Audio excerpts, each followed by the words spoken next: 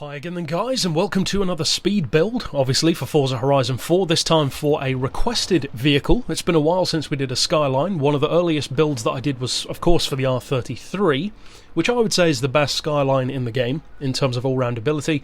This one, though, is still very popular, the R32, but, as you saw from the title, it's no way near as fast. Now, other people might have had different results, but that's the result that I got. Now, as far as the tuning goes, I'd recommend, of course, fully upgrading the power as much as you can, go for the most powerful engine options. I'd recommend keeping all-wheel drive. Of course, fit race transmission, clutch, brakes, suspension, weight loss, tyres, all that kind of good stuff. And of course, it depends on what class you're trying to build it to.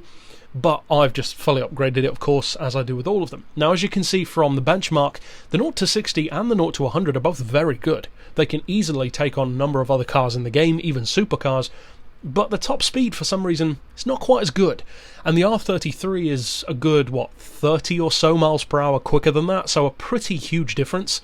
And even the R34 is about 20 miles per hour faster, so it's kind of a shame that this one is off the pace compared to what you'd expect.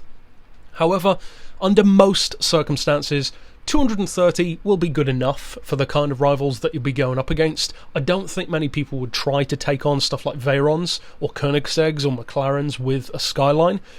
Around corners, of course it can, but in a straight line, not so much. If you're looking to do that, then just stick to either the GTR or the R33.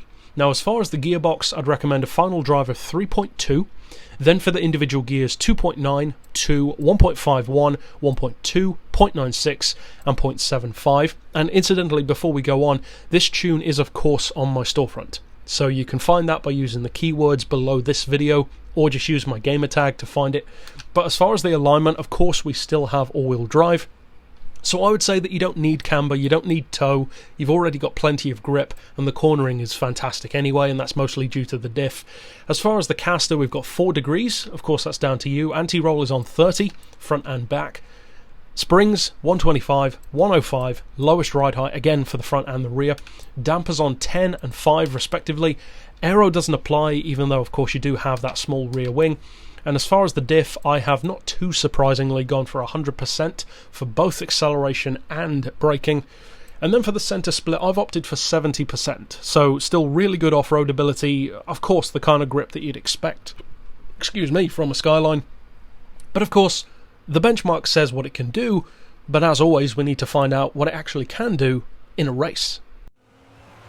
Now, thankfully, on the one hand, even though the top speed on the benchmark isn't quite as high as you might hope, this is one of those occasions where you can go a pretty decent amount beyond the benchmark, because it says you can do 232, but as you see in the race, you can actually get 235 out of it with this tune, so it's at least that little bit better.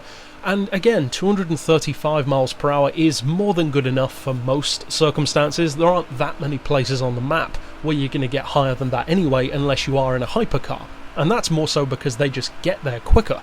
So for a car like this against like older JDM, early 90s stuff, it's more than fast enough. So if you do decide to use it, I hope you have a lot of fun with it. And of course you can either grab it from here on YouTube or you can grab it from my storefront.